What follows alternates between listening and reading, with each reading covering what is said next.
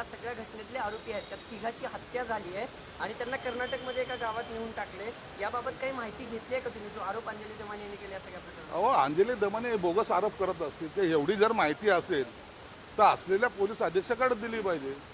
तुम्ही काही बोलाल, मी सांगतो तिला दुबईला नेऊन टाकलं, मग काय ते झालं सत्य? हे बेछूट आरोप करणाऱ्यापासून खऱ्या अर्थानं तपासामध्ये अडचणी निर्माण होत आहेत. तुमच्याकडे माहिती असेल पोलिसाला द्या. शासन तुमच्या पाठीशी उभं आहे, शासन कारवाई करायच्या मनस्थितीत आहेत.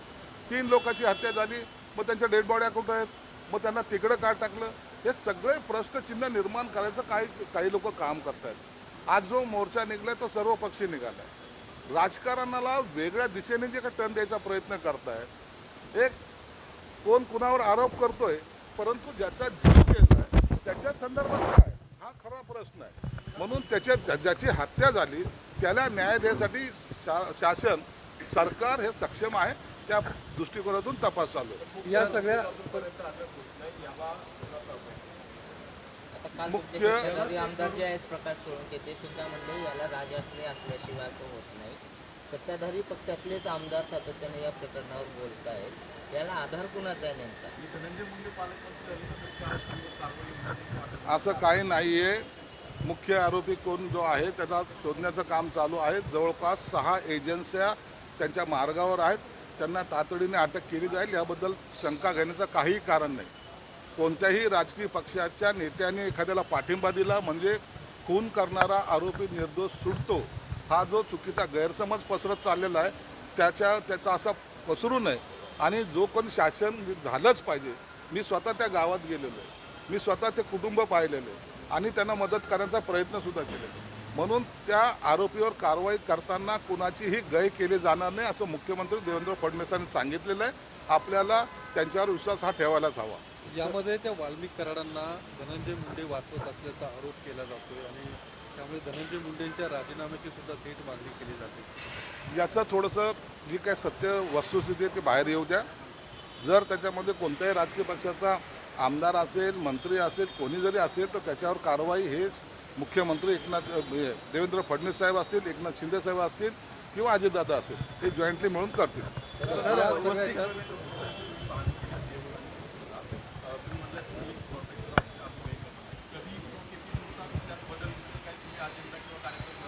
त्यासाठीच मी आता परवा दिवशी चार्ज घेतला. महाराष्ट्रातल्या सर्व विभागाची त्यात थोडी माहिती घेतली. आज पुण्याला आलेलो आहे, पुण्याची माहिती घेतोय. या ठिकाणी असलेले 22 हॉस्टेल्स आहेत, त्यापैकी काय 2-4ची तर अवस्था अशी आहे की ते बंद केलेली बरं असं सुद्धा दिसून आलेलं आहे. म्हणून अनेक ठिकाणचा सर्व आढावा घेतल्याशिवाय जोपर्यंत मी स्वतः पाहत नाही, नजरेने पाहून त्याच्यावर कारवाई करणं हे कधी सुटेबल असतं. म्हणून मी वस्तुस्थिती पाहतोय आणि त्यावर कारवाईसुद्धा करायचा त्यांना आदेश देतो. याच्यामध्ये तुम्ही मुलींच्या हॉस्टेलला पण भेट दिली, मात्र सातत्याने ज्या घटना होत आहेत, मुलींवरती लैंगिक अत्याचाराच्या घटना किंवा अल्पवयीन मुली, या सगळ्या घटनांच्या पार्श्वभूमीवर काही सरकारच्या पातळीवरती काही सुरक्षा यंत्रणेतून काही व्यवस्था केली जाणार आहे? सरकारच्या याच्यावर सर्व व्यवस्था आहेत, परंतु असे जे काही लोक असतात ज्या समाजाला घातक असतात त्यांचा कुठेही नेम नसतो, त्यांना कोणती जात नसते, त्यांना कोणताही धर्म नसतो, कोणताही पक्ष नसतो. म्हणून अशा अत्याचार करणाऱ्या गुन्हेगारांना मागाई बदलापूरच्या घटनेमध्ये मी स्पष्टपणे सांगितलं होतं, असाला चौकात धरून चेपलं पाहिजे. तशाच प्रकारे ह्या ज्या काही घटना घडतात याला दुसरा पर्यायाने फास्ट ट्रॅकवर त्याचा निकाल लावणं आणि संबंधिताला कडक कारवाई करणं हा त्याच्यावरचा एक उपाय आहे. पुण्यातला एक हॉस्टेल आहे तिथे 2 जणांचं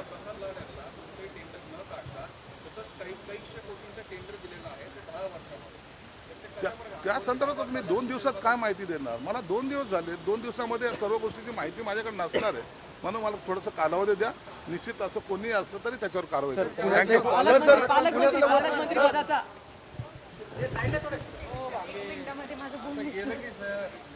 तुम्ही पडला काय लक्षात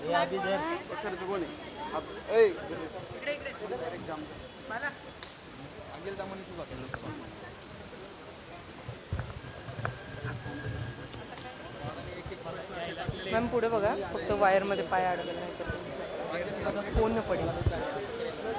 ए पोते आहे गे पोते, 2 मिनिटं मला फक्त हे सगळं काढू द्या. 16. हॅलो हॅलो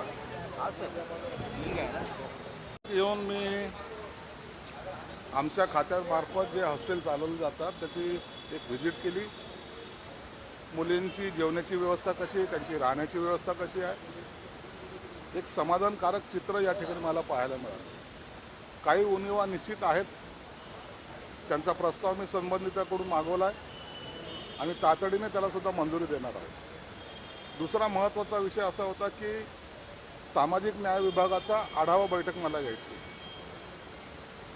या खात्यामार्फत या ठिकाणी आयुक्तालय असल्यामुळे ते काय काम करतात, त्यांच्याकडे काय पेंडन्सी आहे तेही मला पाहिजे होतं. आणि सर्वात महत्त्वाचा, 1 तारखेला जे काही भीमा कोरेगावच्या संदर्भात तिथं लाखो लोक येणार आहे, त्याला आमच्या खात्यातर्फे जवळपास 14 कोटी 33 लाख रुपये आम्ही दिलेले आहेत त्या ठिकाणच्या सुधारणासाठी. मग त्यात काय सुधारणा केल्यात किंवा काय त्यांचे प्रोग्रेस काय आहे, हा सुद्धा त्याचा आढावा बैठक आता कलेक्टर साहेबांबरोबर घेतोय. मला वाटतं 1 तारखेला जो काही कार्यक्रम होणार आहे भीमा कोरेगावचा, एक शांततेने आणि चांगल्या उत्साहात पार पाडावा अशी आमच्या सर्वांची इच्छा आहे. म्हणून प्रशासनाने सुद्धा त्यांची पूर्ण तयारी केलेली. त्यांच्या वाहनतळ कुठं असावा किंवा इतर बेसिक ज्या नीड्स आहेत, ज्या गरजा आहेत, त्या सर्व त्यांनी पूर्ण केल्याचं एकत्र दिसून येतं आहे. आता बैठकीच्या नंतर पुन्हा एकदा 4-4:30ला मी त्या स्तंभाला जाऊन भेट देणार आहे आणि मग तेथे काय कमी आहे किंवा काय केलं पाहिजे या संदर्भात सुद्धा सूचना देणार आहे. वसतिगृहाच्या भोजनाचा प्रश्न आहे. गेल्या वर्षी सामाजिक न्याय मंत्री असताना धनंजय मुंडे यांनी याची सगळी ठेकेदारी जी आहे ते एकाच कंपनीला आणि एक साताऱ्याच्या किराणा दुकानला दिली. ते दोषी लोक नाहीत का? कारण या अगोदर जे आहे ते स्थानिक लेवलला याची कंत्राटं जायचे, बचत गट काम करायचे, तिथले स्थानिक ठेकेदार काम करायचे. या सगळ्या वसतिगृहाच्या विद्यार्थ्यांच्या जेवणात जो काही गैरप्रकार तुम्ही पाहताय, आता तुम्ही जेव्हापासून मंत्री झाला, तुम्हाला काय वाटतं यांच्यावर पण कारवाई केली बघा, का? मी आता पदभार घेतल्यानंतर काल मी पदभार घेतलाय, काल परवा घेतलाय. मी सगळ्या गोष्टीची पहिली माहिती घेतो. एकदम डायरेक्टली आरोप करणं किंवा डायरेक्ट चुकीचं म्हणणं यापेक्षा वस्तुस्थिती काय, माझ्या संभाजीनगरच्या हॉस्टेलची अवस्था मी तुम्ही सर्वांनी दाखवलेली आहे. इतकी वाईट अवस्था कदाचित अनेक ठिकाणची असू शकते. म्हणून एकदा आपण पाहून घेऊया. हे ठेकेदार वगैरे यांना कमी करायला 1 दिवसाचं काम आहे, परंतु जे काही सुधारणा करायच्या एकदा सर्व समजून घेतल्यानंतर मी त्याच्यावर ऍक्शन घेणार आहे. त्या संदर्भात बीडच्या तुम्ही एक प्रकरणात- पत्र सर, दिलं बीडच्या होतं. प्रकरणात अंजली दमन यांनी सकाळी असा- याच विभागाचा प्रश्न आहे. बीडच्या प्रकरणात मोठे एक मिनिट थांबतो का तू? सर, राज्यातील जे काही शासकीय वसतिगृह आहेत तुमच्या विभागाच्या अंतर्गत जे येतात, ते गेली 10 वर्षापासून ती क्रिस्टल जी एजन्सी आहे, ते भाजपाचे जे आमदार आहेत प्रसाद लाड यांचे आहेत. त्यामध्ये चांगल्या प्रकारची कामं होत नाही. वसतिगृहामध्ये खूप अस्वच्छता आहे. त्यांच्याकडे जो ठेका आहे स्वच्छतागृहाचा वगैरे, तर त्याकडे तुम्ही कसं बघता? कारण तुम्ही चांगल्या प्रकारे काम करताय, 2 दिवसात आम्हाला पाहायला मिळेल राज्याला. हे बघा, हे कोण कॉन्ट्रॅक्ट घेतंय, कोण चालवतं याच्याशी माझं काही घेणं देत नाही. ज्या ठिकाणी असुविधा असतील त्या ठिकाणी मी निश्चित मग मी त्याची कुणाचीही गय करणार नाही. आम्हाला जे काही देतं शासन, जे देतं आहे, ज्या विद्यार्थ्यांसाठी देतं आहे, ज्या विद्यार्थ्यांना शिकण्यासाठी देतं आहे, आता मी अनेक ठिकाणी जे आता पाहतोय, काही ठिकाणी तर त्या विद्यार्थ्यांना टॉयलेट बाथरूमची सुद्धा सोय नाही. आणि मग जर शासन एवढे पैसे देऊन त्याचा आउटपुट जर असं निघत असेल, मग ते हॉस्टेल पाहिजेत कशाला? म्हणून आपला प्रयत्न हा राहणार आहे की त्यात सुधारणा काय करता येईल. कोणत्या राजकीय पक्षाच्या नेत्यांची एजन्सी आहे, कोण चालवतं याशी मला काही देणं घेणं नाही.